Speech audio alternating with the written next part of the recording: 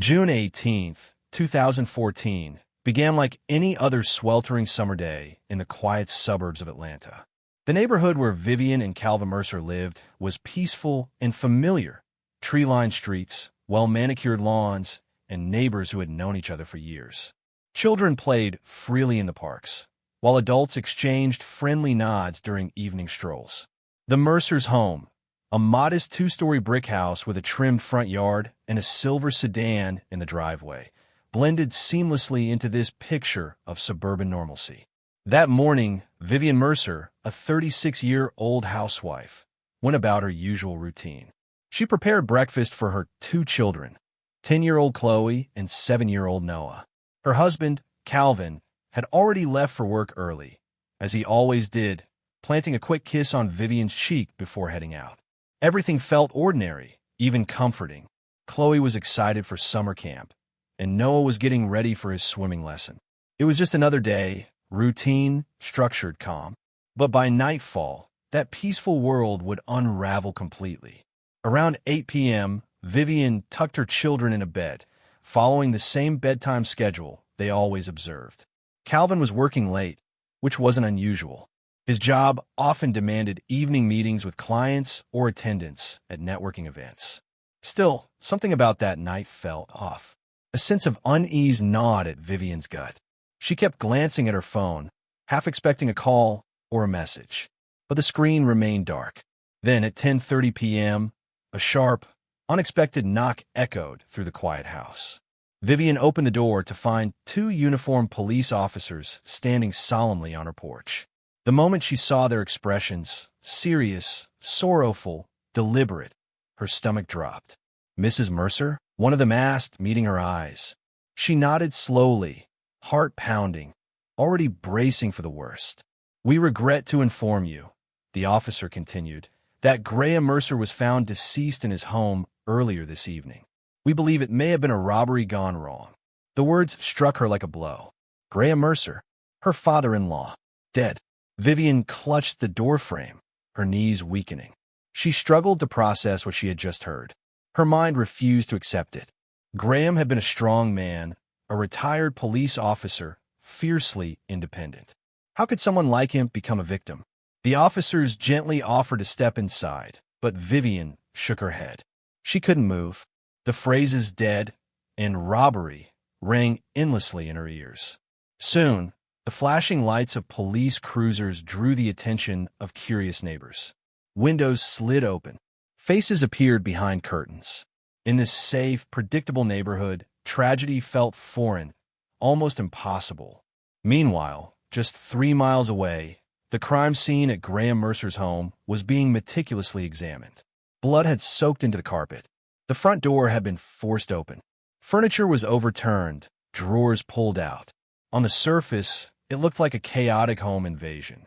But Detective Carlos Randall, the lead investigator, wasn't convinced. Something didn't sit right. Graham had been found sitting in his favorite armchair, shot twice in the chest at close range. There were no signs of struggle, no forced entry through windows, no indication that he had tried to defend himself. A former officer like Graham would have fought back, or at least called for help. Randall studied the details. The way the furniture was oddly organized, the pristine footprints on the floor, and, most troubling of all, the locked windows. Everything was just a little too tidy, too staged. His gut told him this wasn't a random robbery. It was personal, and whoever did it had known exactly what they were doing. The police canvassed the neighborhood, interviewing residents near Graham Mercer's home. Most hadn't noticed anything unusual, no noises, no suspicious activity. Except for one. A neighbor across the street recalled seeing a black SUV parked near Graham's house about an hour before the estimated time of death. However, that single clue didn't bring them any closer to identifying the killer. The SUV could have belonged to anyone, and the lead quickly went cold. Back at home, Vivian paced the living room floor, nerves fraying with every passing minute. Her thoughts spun in circles. Something about this didn't feel right. She picked up her phone and sent a message to Calvin, hoping for reassurance, anything. But her phone remained silent, just like every other attempt she had made to reach him that evening. That night, Vivian didn't sleep. She sat alone in the dark, consumed by dread and confusion, waiting for her husband to walk through the door, trying to make sense of the chaos that had shattered their world. To understand the undercurrents of what was unfolding, one had to look back to 2009, a year that began in heartbreak for the Mercer family. Graham Mercer, a retired police officer, had lost his beloved wife Loretta after a long and painful battle with cancer. Loretta had been a vibrant woman, full of life and resilience. She fought bravely for years, but in the end, the disease took her. Graham was devastated. Losing Loretta left him hollow, stripped of purpose. He had always been a man of discipline and emotional restraint, trained by years on the force. But grief broke through those walls. He withdrew from life, and the sorrow consumed him. In search of comfort, Graham began visiting his son Calvin and daughter-in-law Vivian more often.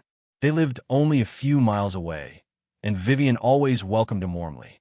Calvin, on the other hand, was rarely home.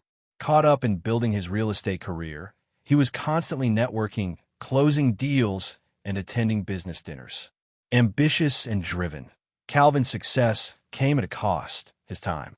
Vivian had always been the glue that held the family together. She managed the home, cared for the children, and created an environment of stability and warmth. She also became Graham's emotional anchor. At first, her support was rooted in empathy. She understood his pain. It seemed only natural to be there for her grieving father-in-law. But over time, their bond began to change. It started subtly. Their conversations grew longer, more personal. What began as sympathy slowly deepened into something else. One summer evening after dinner, Vivian poured Graham a cup of coffee. As she handed it to him, their hands touched briefly. It was a fleeting moment, but something passed between them. Neither of them spoke of it, but neither of them forgot it either. Graham's visits became more frequent after that. Calvin, too caught up in work, didn't notice how often his father stayed for dinner or lingered on the porch with Vivian. He didn't see the emotional closeness that was beginning to form in his absence. By the fall of 2009, even Vivian could feel the shift within herself. She began to anticipate Graham's visits, looking forward to their conversations with an intensity she hadn't felt in years. Meanwhile, Calvin seemed further away than ever.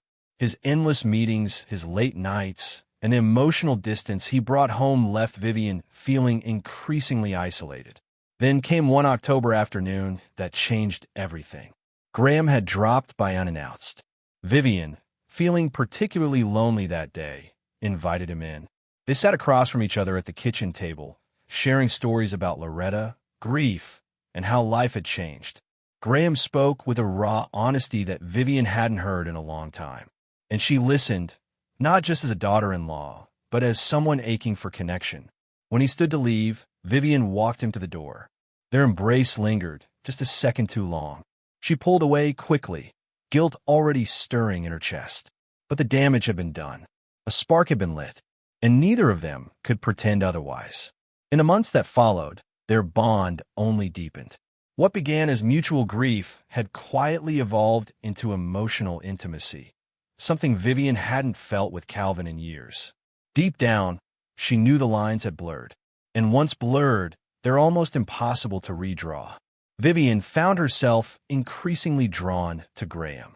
Neither of them dared to cross the fragile line that separated family ties from forbidden desire, but the emotional tension between them continued to build, subtle at first, then undeniable. By the end of 2009, Vivian realized that thoughts of Graham occupied her mind more often than she cared to admit. She knew these feelings were wrong. But the emotional void Calvin had left in their marriage was growing deeper, and Graham, without intention at first, was slowly filling that space. Their interactions began to shift. What once felt like supportive conversations between in-laws began to carry the weight of something secret, something that chipped away at the stability of their family life. By December 2010, the shift in their relationship had become undeniable. Their connection, once rooted in care and shared grief, had turned into something far more personal and far more dangerous. One winter evening, everything changed. It had been a typical family dinner at the Mercer's home. Calvin, as usual, was absent, tied up with work obligations. The house was bathed in the warm glow of Christmas lights, the air filled with laughter and the sounds of the children playing in their room. After the meal, Vivian and Graham found themselves alone at the dining table. Their eyes met, and for a long, breathless moment, neither of them spoke. The silence between them wasn't awkward. It was charged, heavy with feelings they had long suppressed but could no longer ignore. That unspoken exchange marked the moment their hidden emotions broke free. Later that evening, as Graham prepared to leave, they lingered in the hallway longer than they should have. Vivian's final glance was loaded with emotion, something deeper than words could express. Graham turned away quickly, a wave of guilt washing over him. Yet, despite his better judgment, he couldn't deny the pull he felt toward her. A few days later, Graham made the first move. They met in a deserted suburban parking lot, far from curious eyes. It was a meeting that should never have taken place, but neither of them could resist anymore. Sitting in his car, silence filled the space between them until Graham finally confessed. He couldn't stop thinking about her. Vivian didn't say anything. She didn't have to. Her gaze said it all. Their connection wasn't just real, it was consuming them. From that day on, their secret meetings became more frequent. At first, they met in remote locations. Old warehouses, forgotten houses on the city's edge, places as abandoned and hidden as the feelings they shared. To both of them, these spaces mirrored their own emotional state, broken, isolated, and shrouded in secrecy. In January 2011, they met at an old theater on the southern outskirts of Atlanta. Once a symbol of elegance and entertainment, the building now stood in ruins, just like the parts of their lives they were trying to keep buried. Every time Vivian drove to these hidden places, she felt as if she were walking a tightrope, balancing between her role as a devoted mother and wife and the shadow life she had built with Graham. The guilt was constant, suffocating, and yet, so was the need. Graham, too, felt his life unraveling. As a former police officer, he knew just how dangerous this relationship had become, not only morally, but legally. Every time they met, he told himself it would be the last. But the temptation was always stronger than his resolve. By March 2011, the risk of being seen in the suburbs became too great. They began meeting in abandoned buildings in downtown Atlanta, structures left vacant by the recession. One of their regular hideouts was an old factory by the river, once a bustling furniture manufacturer, now nothing more than a crumbling shell. There, among rusted beams and shattered windows, they found a twisted sense of escape, not just from the world, but from themselves. But in April 2011, reality nearly caught up with them. They were meeting in a warehouse on the city's outskirts when a patrol car rolled by. The officers didn't notice Graham's car, which was hidden in the shadows, but the incident was a stark warning. Their illusion of safety shattered. The danger of their affair had become real. Graham knew then he wasn't just risking exposure. He was risking everything: his freedom, his legacy, and most painfully of all, his relationship with his son. Every time Graham tried to end the affair, the temptation and the powerful pull of their emotional bond overwhelmed him. Despite knowing the risks, neither he nor Vivian could bring themselves to stop. Their secret meetings were laced with the thrill of danger, and that only heightened their passion. The guilt and fear of discovery made their encounters even more intense, more addictive. By June 2011, Graham could feel the pressure closing in. His internal conflict had reached a boiling point. He tried to distance himself from Vivian, even leaving town several times to put space between them. But each time, he came back, pulled by a force stronger than his guilt, unable to resist the woman who now haunted his every thought. Meanwhile, Calvin Mercer had begun sensing something was off. Over the past few months, his instincts, so sharp in business, had started gnawing at him in his personal life. It started subtly. Vivian had become more guarded. She kept her phone on silent, tucked away in her purse. She avoided direct questions about her whereabouts and became increasingly vague in her explanations. At first, Calvin dismissed the changes. He told himself it was stress, maybe a rough patch in their marriage. But by March 2014, those quiet doubts had begun to harden into real suspicion. One evening, Calvin returned home earlier than usual and found Vivian on the phone. She ended the call abruptly as soon as he entered the room, her face flushed, her eyes avoiding his. Calvin didn't say anything, didn't start a fight, but something shifted in his mind. A line had been crossed. From that moment on, he began paying closer attention.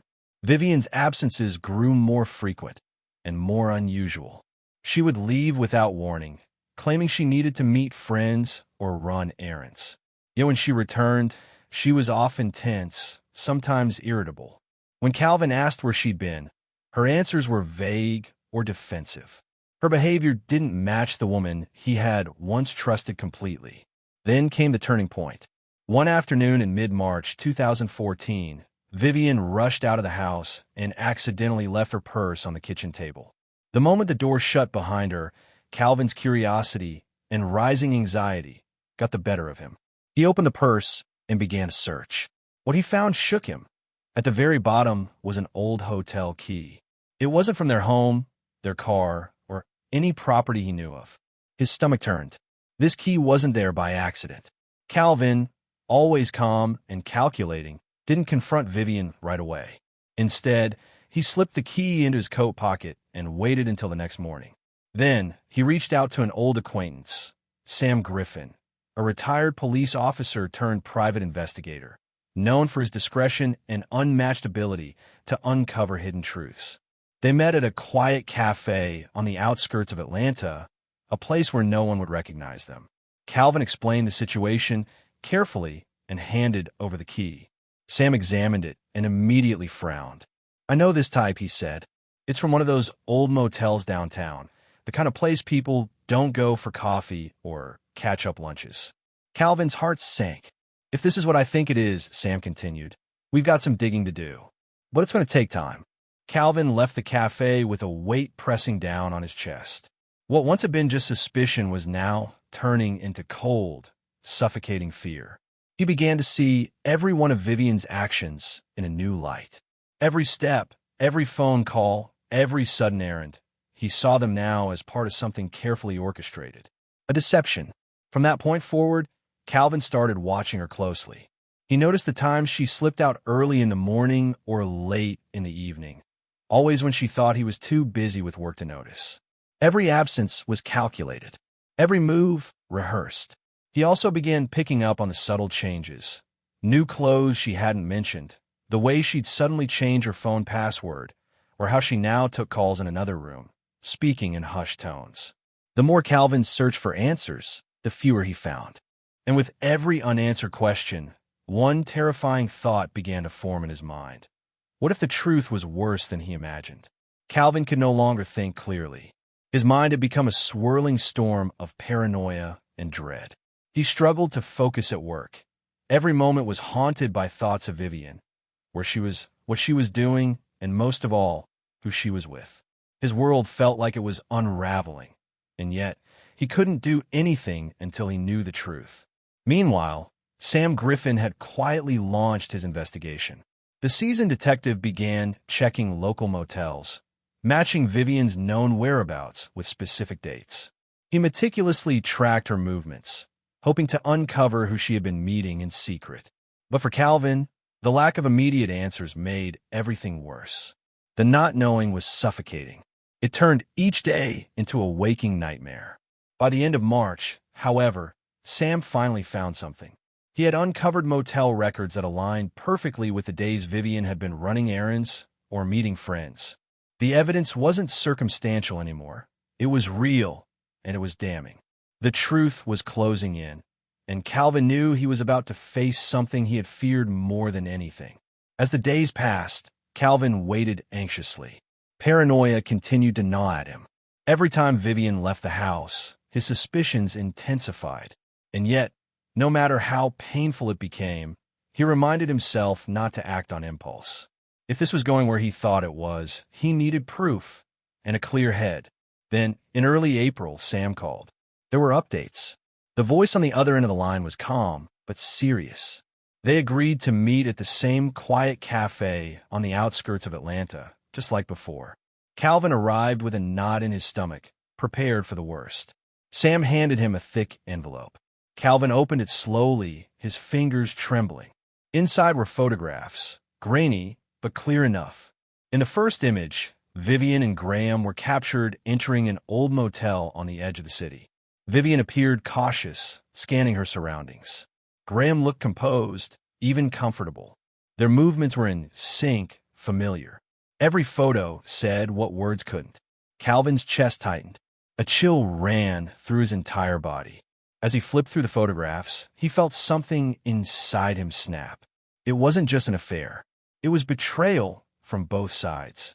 His wife, his father, the two people he had trusted most in the world had deceived him in the cruelest way imaginable. Vivian, the woman he had built a life with. Graham, his father, his mentor, the man he had admired all his life. They had become strangers.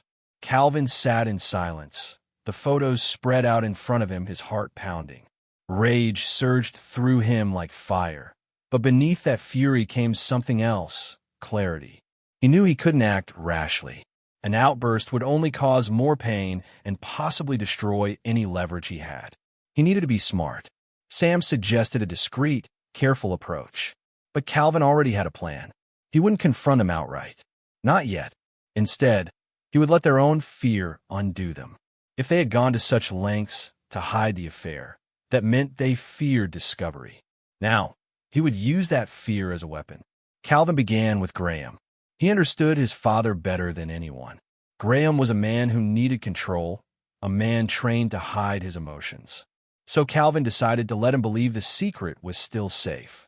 He invited Graham over more frequently, under the guise of family discussions or help with mundane matters. Their conversations were casual on the surface. But underneath, Calvin was laying traps. In private moments, he started dropping subtle, almost harmless-sounding questions. But each one was laced with hidden intent. "How's Vivian's mom doing? She stopped by recently, right?" Calvin asked one day. Graham froze, just for a second, but it was enough. He had heard the message behind the words. All the while, Calvin played the role of the affectionate husband. Outwardly, nothing had changed. He even began staying late at work again, giving Vivian the illusion that she was still operating in secret. But in truth, Calvin was documenting her every move. He had entered a new phase of strategy, quiet, methodical, and calculated. His goal was no longer just to catch them. It was to make them destroy themselves. One evening, as Graham arrived for dinner, Calvin smiled warmly and said, almost in passing, I've been thinking a lot about loyalty lately. Funny how fragile trust can be, huh?" Graham laughed nervously. But Calvin wasn't joking. Not anymore. Calvin told Vivian he had to leave for a business trip that weekend. In reality, it was a carefully laid trap. He wanted to see how Graham and Vivian would behave in his absence, how they would use the opportunity when they believed no one was watching. Graham, unaware of the setup, seemed at ease. Calvin observed him closely, noting how Graham began to exude a new sense of confidence, as if everything was going according to plan.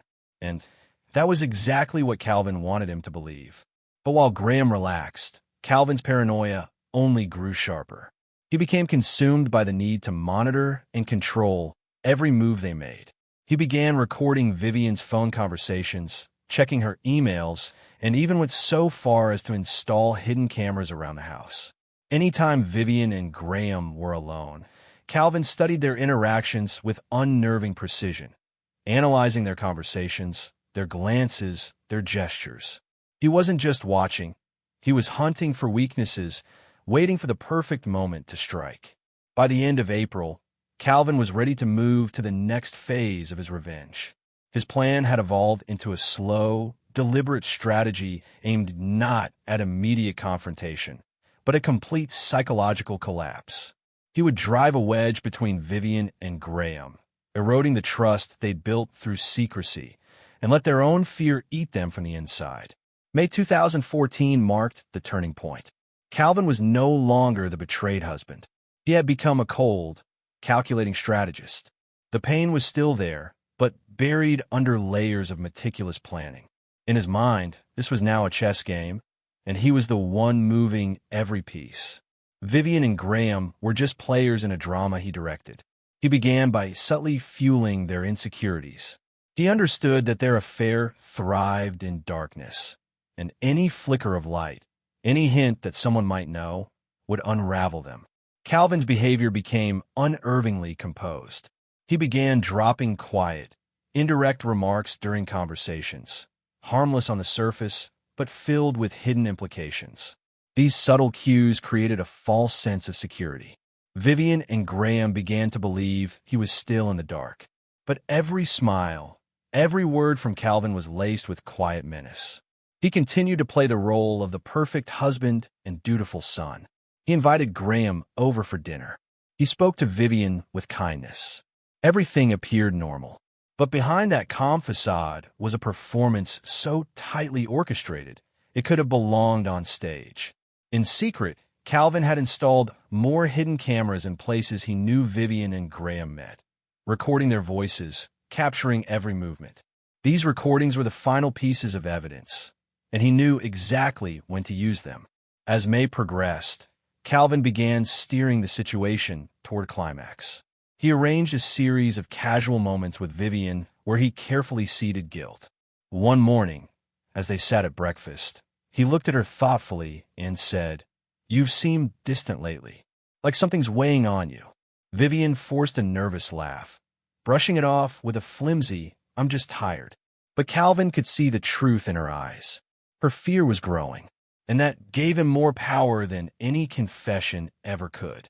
By mid-May, he was ready for the final blow. He chose a location with purpose, Graham's house. He knew Graham would be at work, and that would make it the perfect place for the confrontation. He called Vivian and asked her to meet him there, saying he needed to discuss something important about the family. Vivian, unaware of what was coming, agreed. When she arrived, she stepped into the quiet living room to find Calvin already there, seated at the table. In front of him was an envelope, thick, sealed, ominous. His demeanor was cold, unreadable. "What's wrong?" Vivian asked cautiously. Calvin didn't respond. He simply gestured toward the envelope. Vivian hesitated, then stepped forward and opened it. Inside were photos, images of her and Graham entering the motel, standing too close, too familiar. Her hands began to shake. Her secret was out. The silence between them was crushing. Vivian stammered, struggling to speak. "Calvin, But her voice faltered. Calvin remained calm, his tone flat and ice cold. "How long has this been going on?" The question hung in the air like a blade.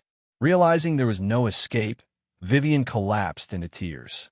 And then she confessed. Everything. She dropped to her knees, tears streaming down her face, begging Calvin for forgiveness. Vivian tried to explain, saying it had all been a mistake, something that spiraled out of control. She told him she hadn't known how to stop, that guilt had consumed her. But Calvin's face didn't flinch. No anger, no shouting, just chilling stillness. And that scared Vivian more than rage ever could.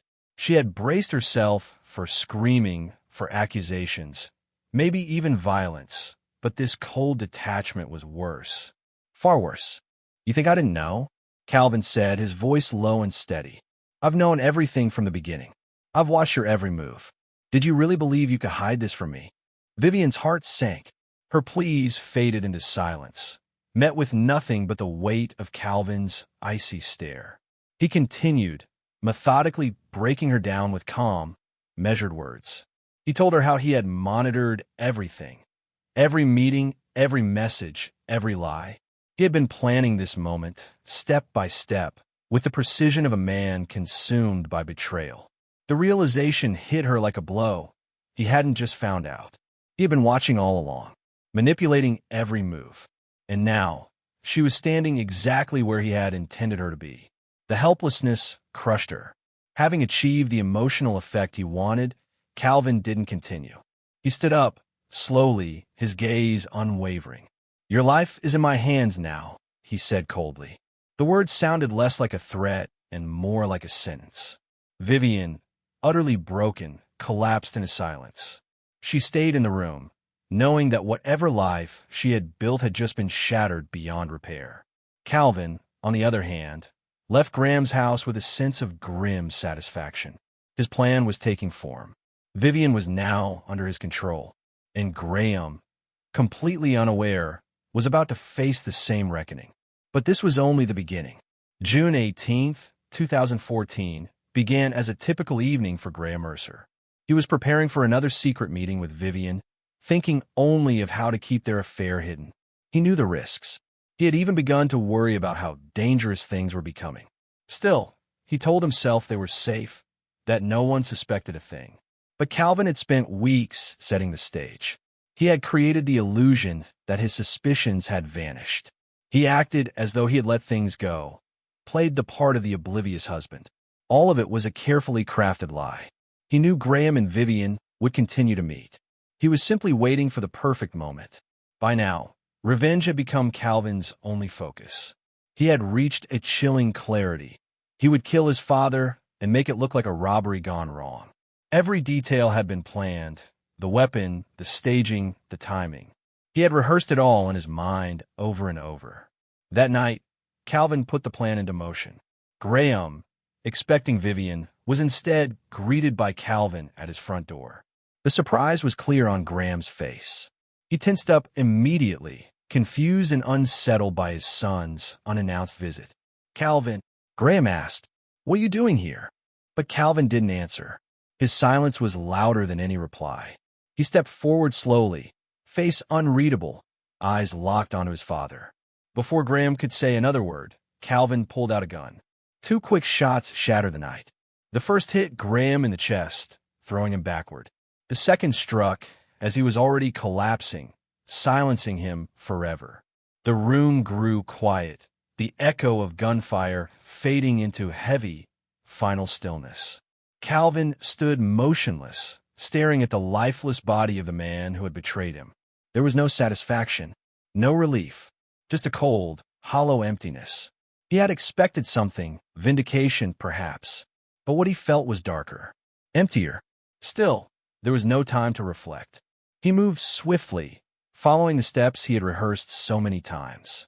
Gloves on, fingerprints wiped, the gun carefully placed in Graham's lifeless hand, staged to appear as if he had tried to defend himself. He scattered papers, overturned a chair, ransacked drawers, just enough to mimic the chaos of a break-in gone wrong. But the most crucial piece of the puzzle, the damning detail that would steer the narrative, was left deliberately next to Graham's body. Undeniable evidence of the affair with Vivian. Calvin wasn't just erasing his father. He was rewriting the story. Calvin had meticulously prepared a collection of letters and photographs, evidence documenting the secret meetings between Vivian and Graham. He placed the materials inside a bag and carefully set it next to Graham's lifeless body. The placement wasn't random. It was a subtle yet deliberate clue, pointing to the affair as the possible motive for the murder. Calvin knew that if the police found these documents, they'd begin connecting the dots, suspecting personal motives behind what appeared to be a botched robbery. He was confident in the elegance of his plan. The scene, staged to resemble a chaotic break-in, with just enough evidence of a hidden affair, would lead investigators down a convoluted path. It would look like a crime of passion that had been uncovered by chance, not a meticulously planned act of revenge. After completing the setup, Calvin left the house with the same composure with which he had entered. He closed the door behind him quietly and returned home as though nothing had happened. His thoughts were clear. There was no panic, only a precise mental checklist to the next steps. He knew what would come: sirens, phone calls, police visits, and interrogations. But he was ready. Everything was going according to the script he had carefully written. By the next morning, June 19th, 2014, Graham Mercer's home was a flurry of flashing lights and yellow tape. Police cars lined the street.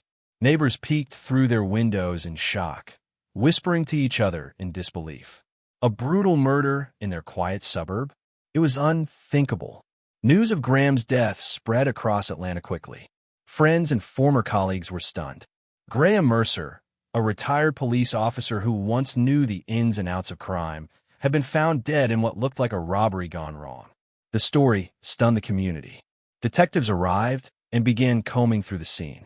The early assumption was clear: a break-in, a confrontation, and an accidental shooting. The door had been forced open, the living room was in disarray, papers scattered, a chair overturned.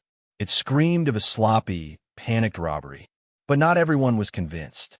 Detective Carlos Randall, a seasoned investigator assigned to the case, immediately sensed something wasn't right. Something felt off. His doubts began to grow the moment he examined Graham's body. The gunshot wounds were clean, precise, and delivered at close range, not the mark of a frantic thief. More puzzling, Graham appeared to have been seated when he was shot, as if he hadn't sensed any danger. That detail alone gnawed at Randall's instincts. Could the entire scene have been staged? Then came the discovery that changed everything. Next to the body, investigators found a folder filled with letters and photographs, documents revealing a deeply personal secret. Graham had been having an affair with his daughter-in-law, Vivian. The revelation immediately shifted the investigation's trajectory. This was no longer just a robbery. It was a scandal. Randall was struck by how neatly the evidence had been placed. It was too clean, too convenient. Clues like these didn't usually present themselves so perfectly unless someone wanted them to be found. It felt like a breadcrumb trail, one designed to manipulate the direction of the case. But who had the most to gain from this exposure? Detectives quickly brought Vivian in for questioning. When she arrived at the station, she looked shaken, pale, wide-eyed, her face a mask of fear and guilt. She understood instantly that their secret had been exposed. During interrogation, Vivian tried to keep her composure. But under pressure, she cracked. She admitted to the affair with Graham, a confession that sent ripples through the investigation.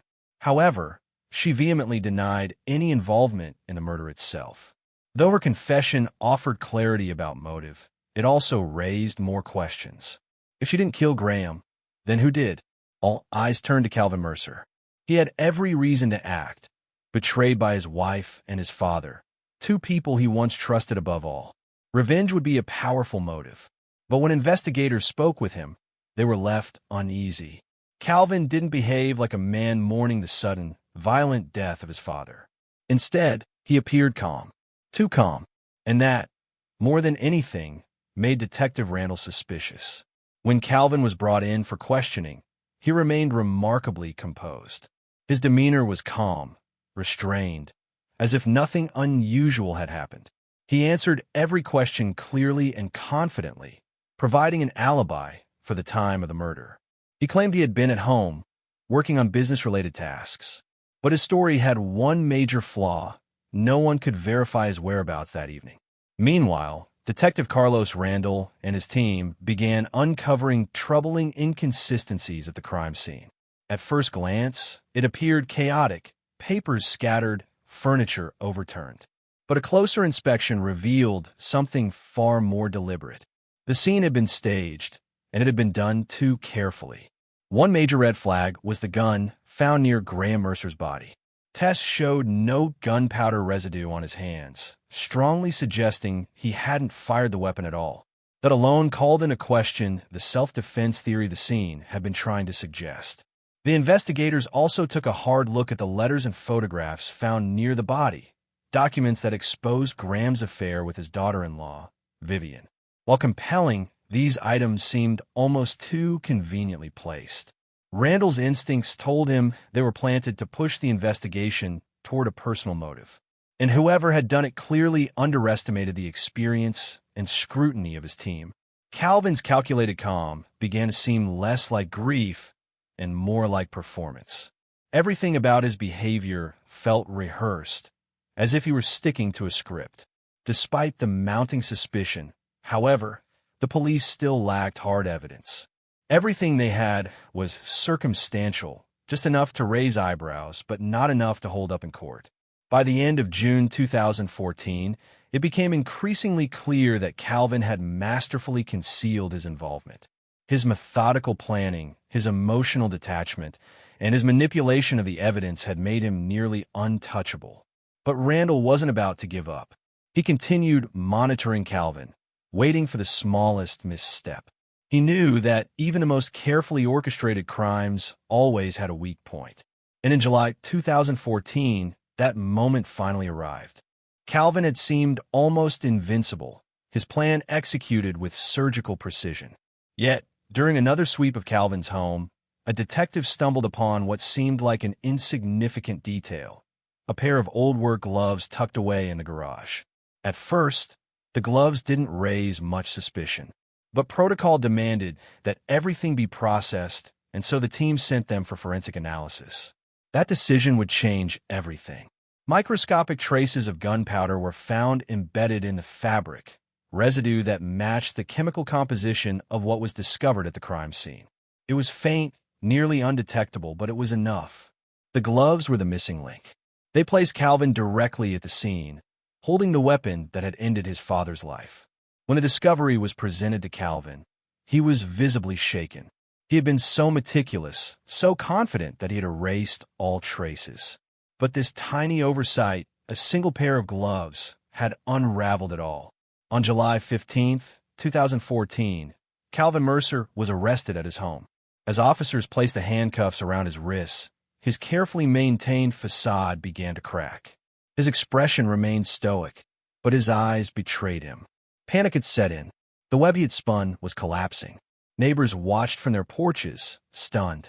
To them, Calvin had always appeared to be a successful, respectable man, a loving husband, a devoted son.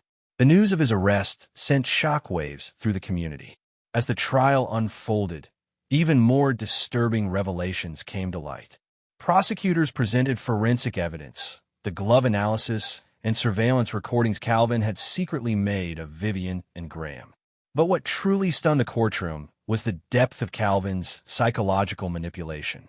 He hadn't simply reacted to a betrayal. He had orchestrated an emotional and mental takedown of the two people closest to him. He had known about the affair long before he acted. Instead of confronting them, he allowed it to continue, creating a false sense of safety for both Vivian and Graham. Calvin's weapon wasn't just a gun, it was control. He used time, silence, and fear to drive them into a corner. And in the end, it wasn't just their relationship that was destroyed. It was their lives. The emotional pressure Calvin applied to both Vivian and Graham was never overt. He never raised his voice or made direct threats. Instead, he crafted an atmosphere of guilt and fear so subtle they didn't even realize they were being psychologically dismantled. His behavior was cold, calculated, and relentless, each gesture and word designed to keep them off balance, without revealing the full extent of the revenge he was preparing. Vivian's testimony in court stunned the public. She recounted how Calvin had slowly eroded her confidence. He never resorted to violence or aggression, but his quiet, chilling demeanor and carefully placed remarks were far more terrifying. His ability to manipulate emotions without ever appearing angry left her constantly on edge.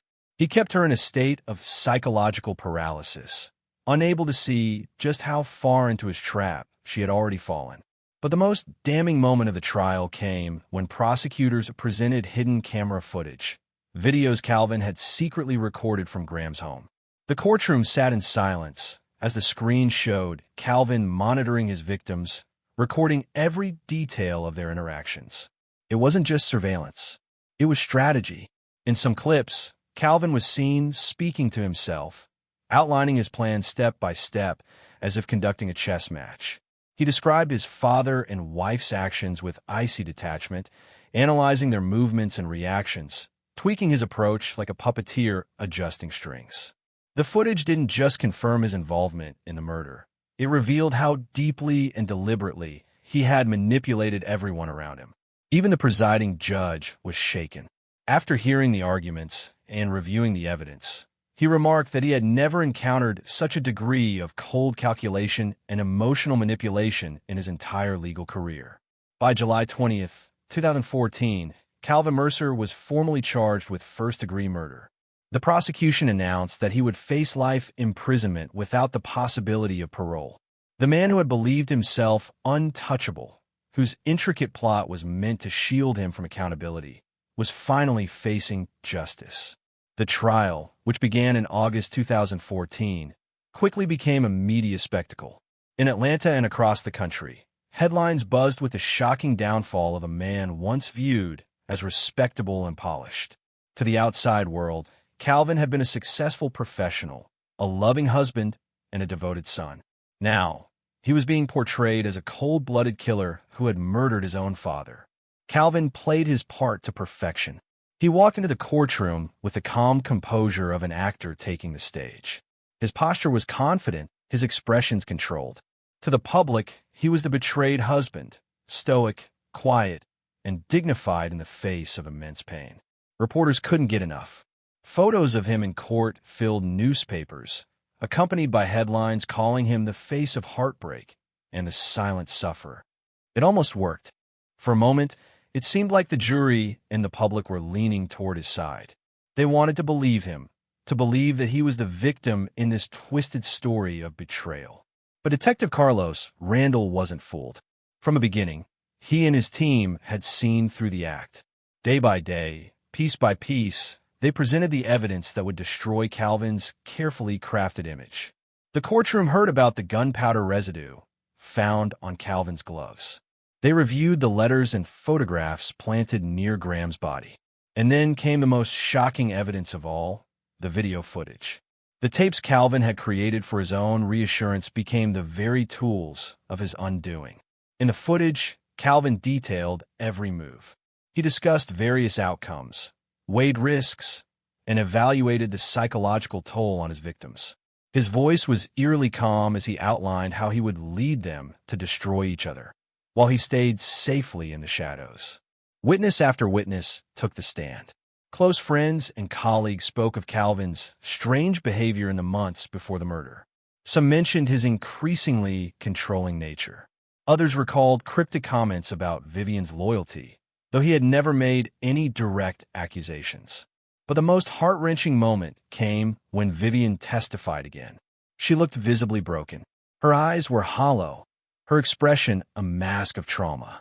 Under oath, she revealed how Calvin had manipulated her and Graham, how he had used their guilt against them, orchestrating a terrifying revenge while pretending to be none the wiser. "I sensed it," she said quietly. "From the beginning, I knew Calvin knew. And now, so did the world." But Vivian had never imagined the full extent of Calvin's twisted plans. Prosecutors seized every opportunity to demonstrate how Calvin had masterfully orchestrated every detail, maintaining the illusion of a normal, functional life while secretly building a calculated path toward murder. His cold-blooded nature and ability to manipulate those closest to him became the very foundation of the case. Legal experts and observers noted that this wasn't just a murder. It was a chilling psychological game. Calvin hadn't simply acted out of passion or anger. He had crafted a long-term strategy that shattered the lives of everyone involved. The courtroom felt more like the set of a psychological thriller than a legal proceeding. Each day brought new, unsettling revelations about how Calvin had spun an intricate web of lies. Even when his defense attorneys attempted to paint him as a victim of betrayal, a man broken by infidelity, the sheer volume of evidence destroyed that narrative. Witness testimonies, forensic analysis, and, most damning of all, the video footage Calvin had recorded himself left the jury stunned.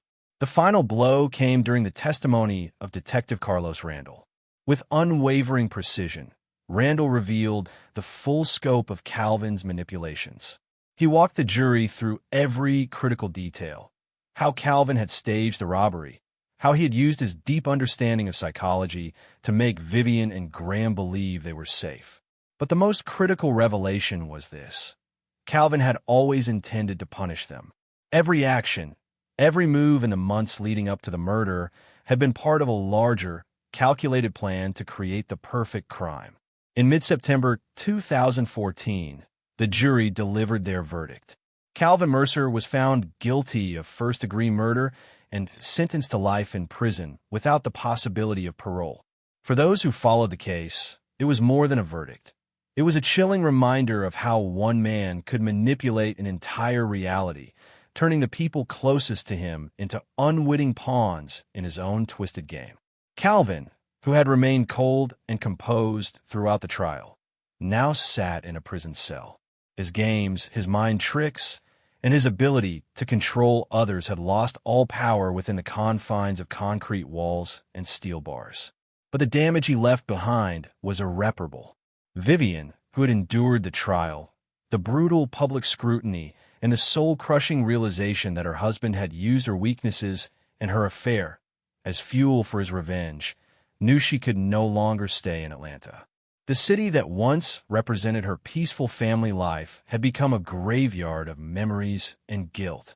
In October 2014, she gathered her two children, 10-year-old Chloe and 7-year-old Noah, and quietly moved to a small town in South Carolina. Far from the media, far from the whispers, far from the house where everything had unraveled. Their new home was small, modest, and nothing like the luxury they once knew. But it was safe, cozy, a chance to begin again. Still, the past followed Vivian like a shadow. Every night, she woke from restless sleep, heart pounding, drenched in sweat.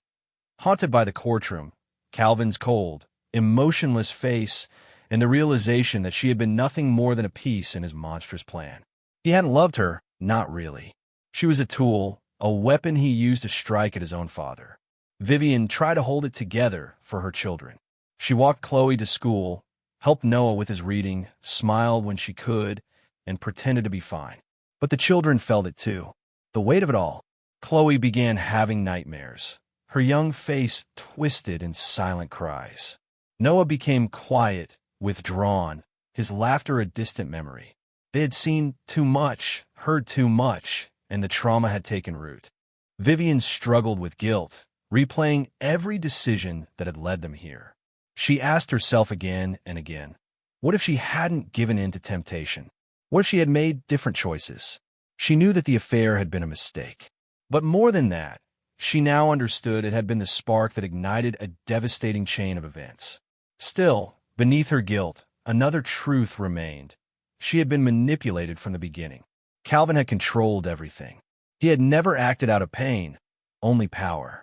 Meanwhile, Calvin spent his days behind bars, serving a life sentence. The illusions of power he once held, the psychological control he had wielded so expertly, were meaningless now. Within prison walls, he was just another inmate. His mind games held no weight. His influence was gone, and in that, perhaps, was the only true justice he would ever know. Calvin was eventually forced to confront the demons he had long tried to control.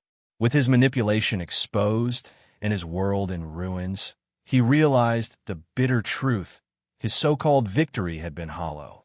Alone in solitary confinement, he spent countless hours replaying each move, each decision. He wanted to convince himself that everything had gone according to plan, that justice, his version of it, had been served. But the memories of the trial, the public unraveling of his deception, gnawed at him. There was no satisfaction left, no pride in how masterfully he had pulled the strings. In the end, the people he had destroyed, Vivian, Graham, even his children, had once been his own family. The price of his revenge was total, the loss of freedom, of connection, of humanity.